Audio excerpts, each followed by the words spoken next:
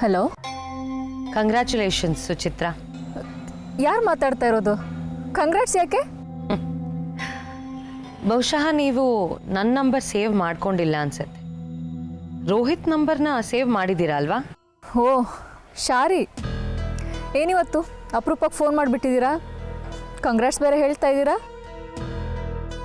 ರಕ್ತ ಕೊಟ್ಟು ಒಬ್ಬ ಮನುಷ್ಯನ ಉಳಿಸ್ಕೋಬೋದು ಅಂತ ಕೇಳಿದ್ದೆ. ಆದರೆ ರಕ್ತ ಕೊಟ್ಟು ಒಬ್ಬ ಬಾಸು ತನ್ನ ಎಂಪ್ಲಾಯಿನ ಉಳಿಸ್ಕೋಬೋದು ಅನ್ನೋದು ನನಗೆ ಗೊತ್ತೇ ಇರಲಿಲ್ಲ. ನೀವು ಅದನ್ನು ಮಾಡಿ ತೋರಿಸಿದ್ದೀರಲ್ಲ, ಅದಕ್ಕೆ ಅಭಿನಂದನೆ ಹೇಳೋಣ ಅಂತ ಫೋನ್ ಮಾಡಿದೆ. ಪ್ಲೀಸ್ ಶಾರಿ, ನಾ ಈಗಷ್ಟೇ ಚೇತರಿಸ್ಕೋತಾ ಇದ್ದೀನಿ, ಇನ್ನೂ ಗುಣ ಆಗಿಲ್ಲ. ನೀವು ಬಿಡಿ, ಹೀಗೆ ಗಾಯ ಮಾಡಿಕೊಂಡ್ರೆ ನಿಮ್ಮ ಪರ್ಸ್ನಲ್ ಪ್ರಾಬ್ಲಮ್ ಎಲ್ಲ ಸಾಲ್ವ್ ಆಗೋಗುತ್ತೆ ಅಂತ ನಿಮಗೆ ಗೊತ್ತಿತ್ತು, ಮಾಡ್ಕೊಂಡ್ರಿ. ಇನ್ಫ್ಯಾಕ್ಟ್ ನಾನೇ ನಿಮಗೆ ಗೆಟ್ ವೆಲ್ ಸೂನ್ ಅಂತ ಬೊಕೆ ಕಳಿಸ್ಬೇಕು ಅಂತಿದ್ದೆ, ಅದನ್ನು ನೀವೇ ಮಾಡಿಬಿಟ್ಟಿದ್ದೀರಾ. ಈಗ ನನ್ನ ನಂಬರಿಗೆ ಫೋನ್ ಮಾಡಿರೋದು ಹೂ ಚೆನ್ನಾಗಿತ್ತು ಅಂತ ಹೇಳೋಕ್ಕಲ್ಲ, ನಂಗೆ ಗೊತ್ತು. ಹೇಳಿ, ಏನು ವಿಷಯ? ನನ್ನ ನಿಮ್ಮ ಮಧ್ಯ ಇನ್ನೇನು ವಿಷಯ ಇರೋದಕ್ಕೆ ಸಾಧ್ಯ? ರೋಹಿತ್ ಜೊತೆ ಆಫೀಸಲ್ಲಿರೋಳು ನಾನು, ಆದರೆ ಹೆಚ್ಚೊತ್ತು ಮನೇಲಿರೋರು ನೀವು. ನೀವೇ ಹೇಳಬೇಕು ರೋಹಿತ್ ಬಗ್ಗೆ. ಈಗ ಕಾಲ ಬದಲಾಗಿದೆ ಸುಚಿತ್ರಾ. ರೋಹಿತ್ಗೆ ಮನೆ ಇಂಪಾರ್ಟೆಂಟ್ ಆಗಿತ್ತು, ಈಗ ಆಫೀಸ್ ಇಂಪಾರ್ಟೆಂಟ್ ಆಗಿದೆ. ಅದಕ್ಕೆ ಉತ್ತರ ಕೊಡಬೇಕಾಗಿರೋಳು ನಾನಲ್ಲ, ರೋಹಿತ್. ಉತ್ತರ ಏನೋ ರೋಹಿತ್ ಹತ್ರ ಇದೆ, ಆದರೆ ರೋಹಿತ್ ನಿಮ್ಮ ಹತ್ರ ಇದಾನಲ್ಲ. ನಗಬೇಡಿ ಸುಚಿತ್ರಾ, ನನಗೆ ಕೆಟ್ಟ ಕೋಪ ಬರುತ್ತೆ. ಯಾಕೆ? ಇನ್ನೊಬ್ರ ಮನೆಗೆ ಬೆಂಕಿ ಹಚ್ಚಿ ನೀವು ಅದರಲ್ಲಿ ಚಳಿ ಕಾಯಿಸ್ಕೊತಾ ಇದ್ದೀರಲ್ಲ, ಅದಕ್ಕೆ. ಶಾರಿ, ಮತ್ತಿನ್ನೇನು, ರೋಹಿತ್ಗೆ ಕೆಲಸ ಇಲ್ಲದೆ ಇರೋ ಸಮಯ ನೋಡಿ ಅವನಿಗೆ ಜಾಸ್ತಿ ಸಂಬಳ ಆಫರ್ ಮಾಡಿ ನಿಮ್ಮ ಕಂಪ್ನಿಗೆ ಸೇರಿಸ್ಕೊಂಡ್ರಲ್ಲ. ಒಳ್ಳೆ ಸಂಬಳ ಒಳ್ಳೆ ಕೆಲಸ ಸಿಕ್ಕರೆ ಯಾರಾದರೂ ಸೇರ್ಕೋತಾರೆ, ಅದರಲ್ಲೇನಿದೆ? ಅದರಲ್ಲಿ ಏನೂ ಇಲ್ಲ. ಆದರೆ ನನ್ನ ಮತ್ತು ರೋಹಿತ್ ಮಧ್ಯ ಇದ್ದ ಸುಖ ಸಂತೋಷನೆಲ್ಲ ಹಾಳು ಮಾಡಿದ್ರಿ. ಅದೆಲ್ಲ ಆಯಿತು ಅಂತ ಆದಮೇಲೆ ಈಗ ಅವನ್ನ ಮತ್ತೆ ನಿಮ್ಮ ಕಂಪ್ನಿ ಕಡೆ ಎಳ್ಕೊಂಡ್ರಿ. ರೋಹಿತ್ನಂಥ ಕೆಲಸಕಾರ ಯಾವ ಕಂಪ್ನಿಲೇ ಇರಲಿ, ಅಂಥವ್ರೊಂದು ಆಸ್ತಿ. ಅಂಥವ್ರನ್ನ ಉಳಿಸ್ಕೊಳ್ಳೋಕ್ಕೆ ಕಂಪ್ನಿಯವ್ರು ಏನೇನೋ ಮಾಡ್ತಾರೆ. ನಾನು ಅವನನ್ನು ಉಳಿಸ್ಕೊಂಡೆ ಅಷ್ಟೇ. ಉಳಿಸ್ಕೊಂಡಿದ್ದು ಹೇಗೆ?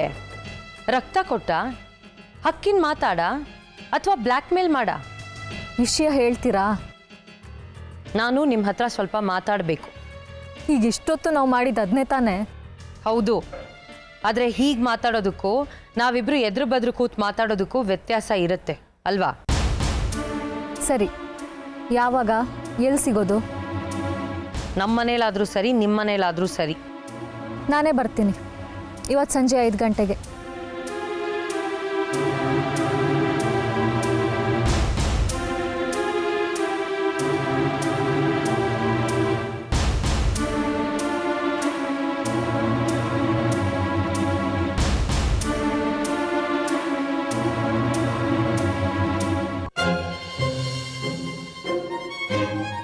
ಬನ್ನಿ ಸರ್, ಇದೇ ನನ್ನ ಗುಡಿಸ್ಲು. ಬಡವ್ರ ಮನೆಗೆ ನಿಮ್ಮಂಥವ್ರು ಕಾಲಿಟ್ರೆ ಮನೆ ಪಾವನ ಆಗತ್ತಂತೆ. ನಾನು ಆರೋಗ್ಯ ಮಂತ್ರಿ, ನಾನು ಬಂದರೆ ಕಾಯಿಲೆ ಬರುತ್ತೆ ಅಥವಾ ಕಾಯಿಲೆ ಹೋಗುತ್ತೆ. ಪಾವನ ಆಗಬೇಕು ಅಂದರೆ ಮುಜರಾಯಿ ಇಲಾಖೆ ಮಂತ್ರಿಗಳನ್ನ ನೀವು ಕರಿಬೇಕಾಗತ್ತೆ.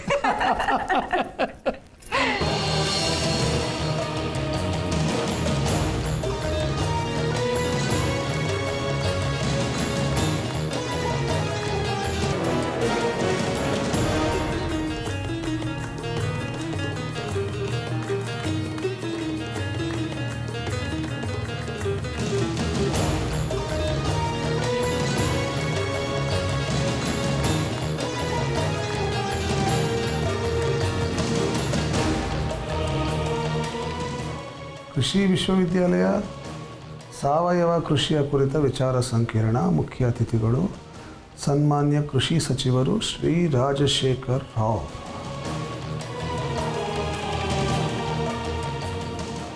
ಮಹಾಂತಪ್ಪನವರು ಆಗ CM. ಆಕ್ಸ್ಫರ್ಡ್ ವಿಶ್ವವಿದ್ಯಾಲಯದ ವಿಚಾರ ಸಂಕಿರಣದಲ್ಲಿ RSR. ಸರ್, ನೀವು ಗ್ರೀನ್ ಸೂಟ್ನಲ್ಲಿ ಎಷ್ಟು ಚೆನ್ನಾಗಿ ಕಾಣಿಸ್ತಿದ್ದೀರಾ. ನನ್ನ ಹೆಂಡತಿ ಕೊಡಿಸಿದ್ದು.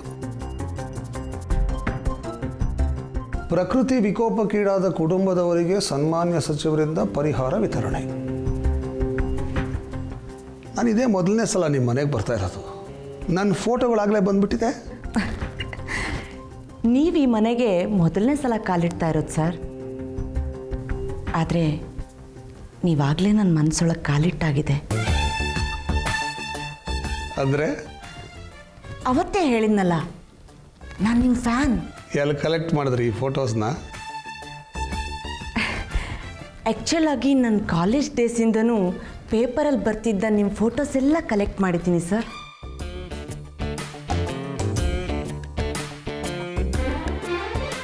ಯಾರ್ಯಾರಿದ್ದೀರ ಮನೇಲಿ? ನಾನು, ನೀವು. ಅಂದರೆ ಈ ಫೋಟೋ ರೂಪದಲ್ಲಿ ನೀವು ಯಾವಾಗಲೂ ನನ್ನ ಜೊತೆನೇ ಇರ್ತೀರಾ ಸರ್. ಬೆಳಗ್ಗೆ ಎದ್ದು ಈ ಫೋಟೋಸ್ ನೋಡ್ತಾ ಇದ್ದರೆ ಇಡೀ ದಿನ ನಾನು ಚಟುವಟಿಕೆಯಿಂದ ಇರೋದಕ್ಕೆ ಸ್ಫೂರ್ತಿ ಬರುತ್ತೆ.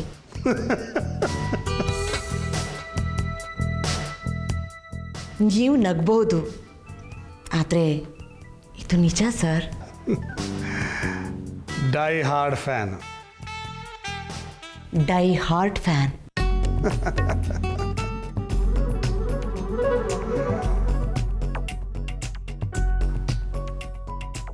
ನಿಮ್ಮಂಥ ರಾಜಕೀಯದವ್ರಿಗೆ ನನ್ನಂಥವ್ರು ನೂರಾರು ಜನ, ಆದರೆ ನನಗೆ ನೀವೇ ಸ್ಫೂರ್ತಿ. ಪೊಲಿಟಿಕ್ಸಲ್ಲಿ ಏನಾದರೂ ಬೆಳೆದ್ರೆ ನಿಮ್ಮ ಥರ ಬೆಳಿಬೇಕು ಸರ್. ಪಾಲಿಟಿಕ್ಸ್ ಇಂಟ್ರೆಸ್ಟಾ? ಹಾಂ ಸರ್. ಅರೆ, ಮನೆಗೆ ಕರೆದು ಮಾತಾಡ್ತಾನೇ ಇದ್ದೀನಿ. ಏನು ತಗೋತೀರಾ ಅಂತ ಕೇಳಲೇ ಇಲ್ಲ. ಏನು ತಗೋತೀರಾ ಸರ್? ಏನು ಕೊಡ್ತೀರಾ? ಏನು ಬೇಕು ಸರ್? Something hot.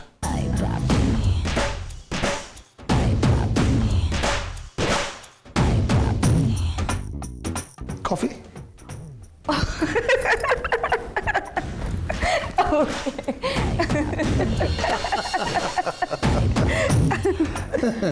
ಮನೆಯವರು ಮದುವೆ ಬಗ್ಗೆ ಕೇಳ್ತಾ ಇದ್ದೀರಾ ಸರ್? ನೋ, ಅದು ನಿನ್ನ ಪರ್ಸ್ನಲ್ ವಿಷಯ. ತಂದೆ ತಾಯಿ ಅವ್ರು ಊರಲ್ಲಿದ್ದಾರೆ. ಬೇಸಾಯ ಮಾಡ್ಕೊಂಡಿದ್ದಾರಾ? ಇಲ್ಲ ಸರ್. ಆ್ಯಕ್ಚುಲಾಗಿ ನಮ್ಮ ತಂದೆ ಒಂದು ಟೀ ಅಂಗಡಿ ಇಟ್ಕೊಂಡಿದ್ದಾರೆ. ಕೆಲಸ ಮಾಡಬೇಡಿ, ದುಡ್ಡು ಕಳಿಸ್ತೀನಿ, ಆರಾಮಾಗಿರಿ ಅಂತ ಎಷ್ಟು ಹೇಳಿದ್ರು ಕೇಳಲ್ಲ. ಯಾವಾಗಲೂ ಎಂಜಲ್ ಲೋಟ ತೊಳ್ಕೊಂಡು ಮುಜುಗರ. ಅವ್ರಿಗೆ ಜೀವನ ಏನು ಮಾಡೋಕ್ಕಾಗತ್ತೆ ಹೇಳಿ ಮೇಡಮ್? ಆವಂತಿಕ, ನಿಮಗೆ ಪೂರ್ತಿ ಹೆಸರು ಕರೆಯೋದು ಕಷ್ಟ, ಆದರೆ ಅವಿ ಅಂತ ಕರಿಬೋದು.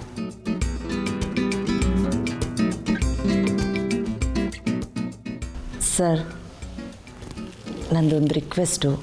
ಊಟ ಮಾಡ್ಕೊಂಡು ಹೋಗಿ ಅಂತ ಮಾತ್ರ ಹೇಳಬೇಡಿ, ನಾನು ಮನೆಗೆ ಹೋಗಬೇಕು. ಅಯ್ಯೋ, ಹಾಗಲ್ಲ ಸರ್. ನನಗೆ ನಿಮ್ಮ ಜೊತೆ ಹೆಚ್ಚು ಸಮಯ ಕಳಿಬೇಕು ಅಂತ. ನಾನು ಆಫೀಸ್ಗೆ ಹೋಗಬೇಕು. ಈಗಲ್ಲ ಸರ್, ಯಾವಾಗಲೂ.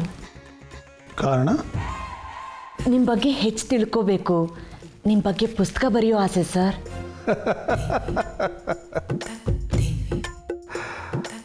ಆಯ್ತು, ನೋಡೋಣ. ಆಗಲ್ಲ ಅಂತ ಮಾತ್ರ ಹೇಳಬೇಡಿ. ಹೊರಡ್ತೀನಿ. ಇಷ್ಟು ಬೇಗ ಹೊರಡ್ತೀರಾ? ನಿಮ್ಮ ಜೊತೆ 3 ಗಂಟೆ ಕಳೆದಿದ್ದೀನಿ. ಹೌದಾ? ನೀವು ಜೊತೆಲಿದ್ದರೆ ಟೈಮ್ ಹೋಗಿದ್ದೇ ಗೊತ್ತಾಗಲ್ಲ. ನನಗೆ ಗೊತ್ತಾಗತ್ತೆ. ಬರಲಾ ಸರ್? ಬನ್ನಿ ಪಾರ್ಲರ್ಗೆ. You can have a nice massage.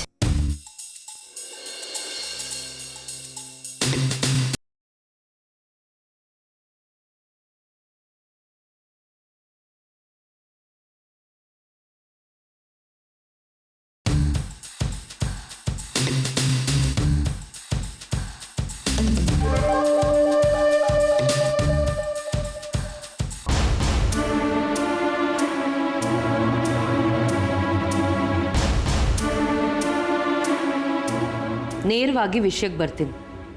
ನಿಮಗೂ ರೋಹಿತ್ಗೂ ಏನು ಸಂಬಂಧ? ನಾನು ಈಗ ತಾನೇ ನಿಮ್ಮ ಮನೆಗೆ ಬಂದಿದ್ದೀನಿ. ಮೊನ್ನೆವರೆಗೂ ಆಸ್ಪತ್ರೆಯಲ್ಲಿದ್ದೋಳು. ಒಂದು ಕಾಫಿ ಆಫರ್ ಮಾಡಬಾರ್ದ?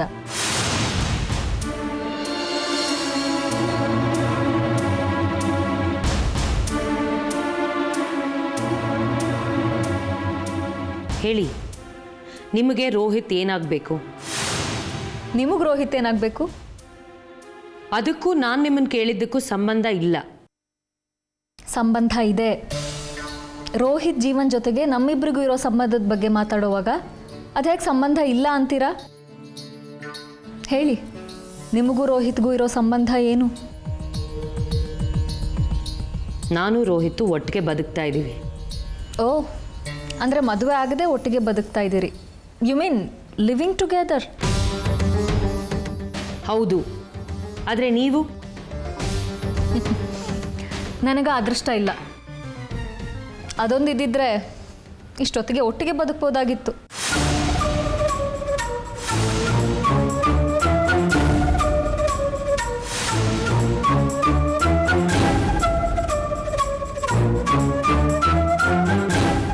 ನೋಡಿ, ನಮ್ಮ ಸಬ್ಜೆಕ್ಟಿಗೆ ಬಂತು. ನನ್ನ ಪ್ರಶ್ನೆಗೆ ಉತ್ತರ ಸಿಕ್ಕಿಲ್ಲ.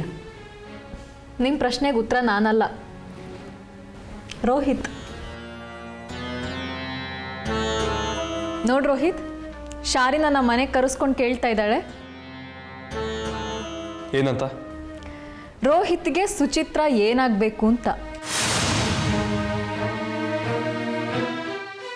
ಸುಚಿತ್ರ, ದಯವಿಟ್ಟು ಹೋಗ್ತೀರಾ? ಇಲ್ಲ ರೋಹಿತ್, ಸುಚಿತ್ರ ನನ್ನ ಪ್ರಶ್ನೆಗೆ ಉತ್ತರ ಕೊಟ್ಟೇ ಹೋಗಬೇಕು. ಪ್ಲೀಸ್ ಶಾರಿ. ನೋ ರೋಹಿತ್, ಇವತ್ತೊಂದು ನಿರ್ಧಾರ ಆಗಲೇಬೇಕು. ಏನ್ ನಿರ್ಧಾರ ಆಗ್ಬೇಕು ಶಾರಿ? ನಿನ್ನ ಜೊತೆ ಚೆನ್ನಾಗಿ ಬದುಕಿ ಬಾಳ್ಬೇಕು ಅಂತ ಅಪ್ಪ ಅಮ್ಮನ್ನು ಬಿಟ್ಟು ಈ ಮನೆಗೆ ಬಂದೆ. ಒಂದು ದಿನ ನಿನ್ನ ಬಗ್ಗೆ ಅನುಮಾನ ಪಡಲಿಲ್ಲ ನಾನು. ಈ ಸುಚಿತ್ರ ಹೆಸರು ಬಂದಾಗೆಲ್ಲ ನೀನು ಚಡ್ಪಡಿಸ್ತಿದ್ದೆ. ಆಗಲೇ ನಾನು ತಲೆ ಕೆಡಿಸ್ಕೊಂಡಿದ್ದಿದ್ರೆ ಇದು ಈ ಮಟ್ಟಕ್ಕೆ ಬಂದು ನಿಲ್ತಾ ಇರಲಿಲ್ಲ. ಈಗ ಎಲ್ಲಿಗೆ ಮುಟ್ಟಿದೆ ಅಂತ ಹೀಗೆಲ್ಲ ಆಡ್ತಿದ್ಯಾ? ಈ ಮಟ್ಟಕ್ಕೆ ತಲುಪಿರೋದು ಸಾಲದ ರೋಹಿತ್? ನಾನು ಡಿಸೈಡ್ ಮಾಡಾಗಿದೆ. ಸತ್ಯ ಏನೇ ಆಗಿರಲಿ ನಾನು ಅದನ್ನು ತಿಳ್ಕೊಳ್ಳೇಬೇಕು. ನೀ ತಿಳ್ಕೊಬಾರ್ದು ಅಂತ ಏನಿಲ್ಲ ಶಾರಿ. ಆದರೆ ತಿಳ್ಕೊಂಡ್ಮೇಲೆ ನೆಮ್ಮದಿಯಿಂದ ಇರೋಕ್ಕಾಗತ್ತಾ?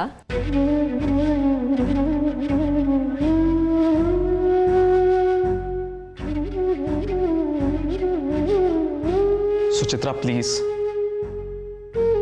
ಈಗಾಗಲೇ ನನ್ನ ಶಾರಿ ಮಧ್ಯೆ ಸಾಕಷ್ಟು ಸಮಸ್ಯೆಗಳಿವೆ.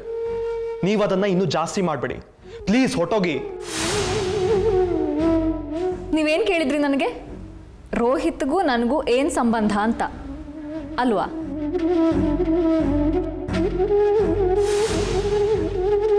ನಿಮಗೆ ರೋಹಿತ್ ಏನಾಗಬೇಕೋ ಅದಕ್ಕಿಂತ ಹೆಚ್ಚಿನ ಸಂಬಂಧ ನನಗೂ ರೋಹಿತ್ಗೂ ಇದೆ.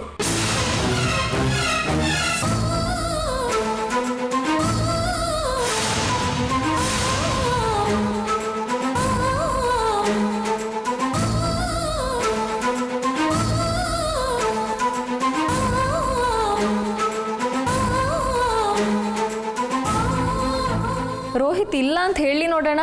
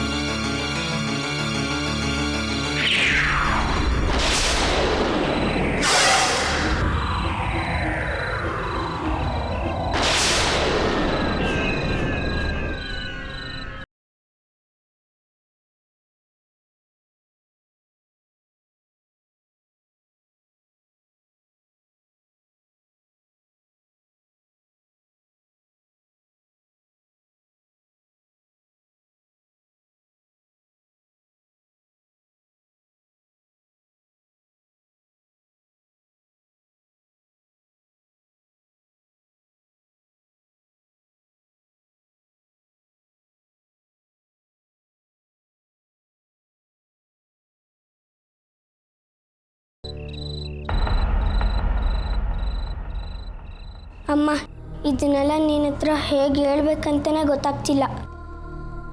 ಸ್ಕೂಲ್ಗೆ ಹೋದರೆ ಮನೆಗೆ ಬರಬೇಕು ಅಂತಲೇ ಅನಿಸಲ್ಲ. ಇಲ್ಲಿ ಬಂದರೆ ಶಿವ ಮಾವ ಕರೀತಾನೆ.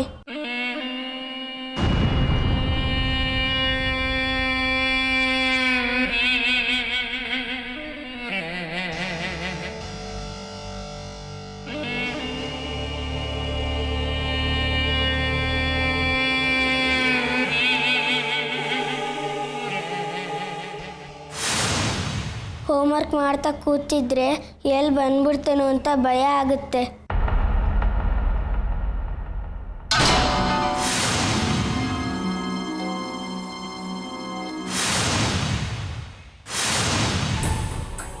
ಶಿವು ಮಾವನ ಬಗ್ಗೆ ನಾನು ನಿನಗೇನು ಹೇಳಿದ್ರು ನಂಬಲ್ಲ. ಆದರೆ ನಾನು ಹಿಂಗೆ ಹೇಳ್ತಾ ಇರೋದೆಲ್ಲ ನಿಜ. ನನ್ನನ್ನು ನಂಬು.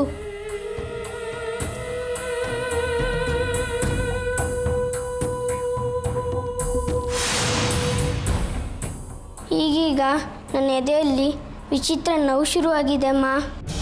ಅಮ್ಮ,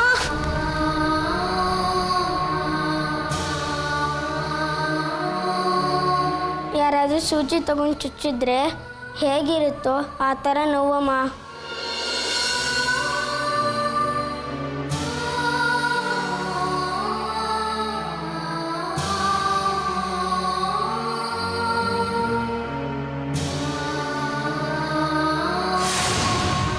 ಒಂದು ಕಡೆ ಆ ಶಿವ ಮಾವ ಕೊಡೋ ಕಟ್ಟ, ಇನ್ನೊಂದು ಕಡೆ ಈ ಎದೆ ನೋವು. ಸೂಜಿಯಾಗಿ ಚುಚ್ಚಿದಂಗಿರುತ್ತಮ್ಮ. ಇದನ್ನೆಲ್ಲ ನಿನ್ನ ಹತ್ರ ಹೇಳ್ಬೇಕಂತಲೇ ಬರ್ತೀನಿ. ಆದರೆ ಹೇಗೆ ಹೇಳ್ಬೇಕಂತ ಗೊತ್ತಾಗದೆ ಸುಮ್ಮನೆ ಆಗ್ಬಿಡ್ತೀನಿ.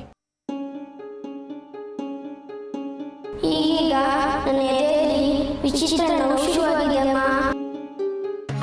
ಸೂಜಿಯಾಗಿ ಚುಚ್ಚಿದಂಗಿರುತ್ತಮ್ಮ. ಸೂಜಿಯಾಗಿ ಚುಚ್ಚಿದಂಗಿರುತ್ತಮ್ಮ. ಸೂಜಿಯಾಗಿ ಚುಚ್ಚಿದಂಗಿರುತ್ತಮ್ಮ. ಸೂಜಿಯಾಗಿ ಚುಚ್ಚಿದಂಗಿರುತ್ತಮ್ಮ.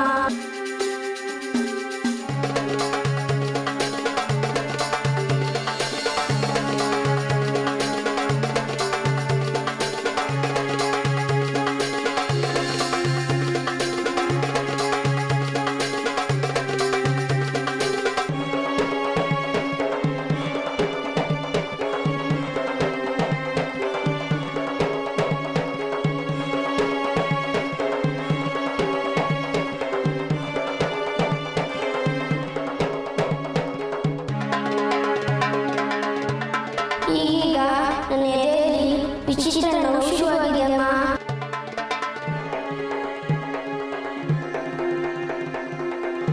ಈಗ ನನ್ನ ಎದೆಯಲ್ಲಿ ವಿಚಿತ್ರ ನೋವು ಶುರುವಾಗಿದೆಯಮ್ಮ.